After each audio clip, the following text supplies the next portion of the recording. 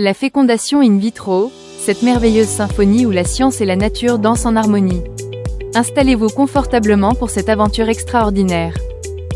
Imaginez un couple, rêvant de fonder une famille, mais le petit miracle se fait attendre.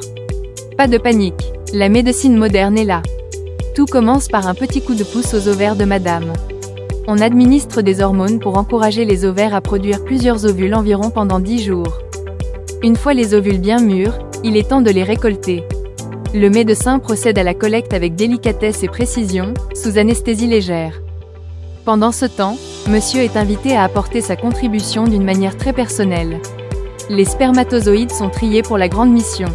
Les ovules et spermatozoïdes se rencontrent dans un laboratoire. C'est le speed dating de la fertilité. Parfois, les spermatozoïdes nagent vers l'ovule. Une fois les embryons en développement, chaque embryon est évalué pour s'assurer qu'il se divise correctement. On les chouchoute pendant quelques jours. Le grand jour du transfert embryonnaire arrive.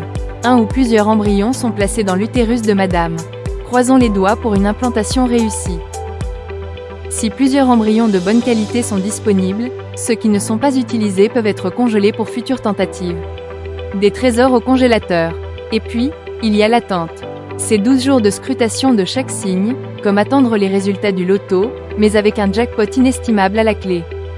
Tout au long de ce parcours, le soutien émotionnel est essentiel. Communiquer est primordial. Il est important de garder à l'esprit que la FIV n'est pas une science exacte. Plusieurs tentatives peuvent être nécessaires.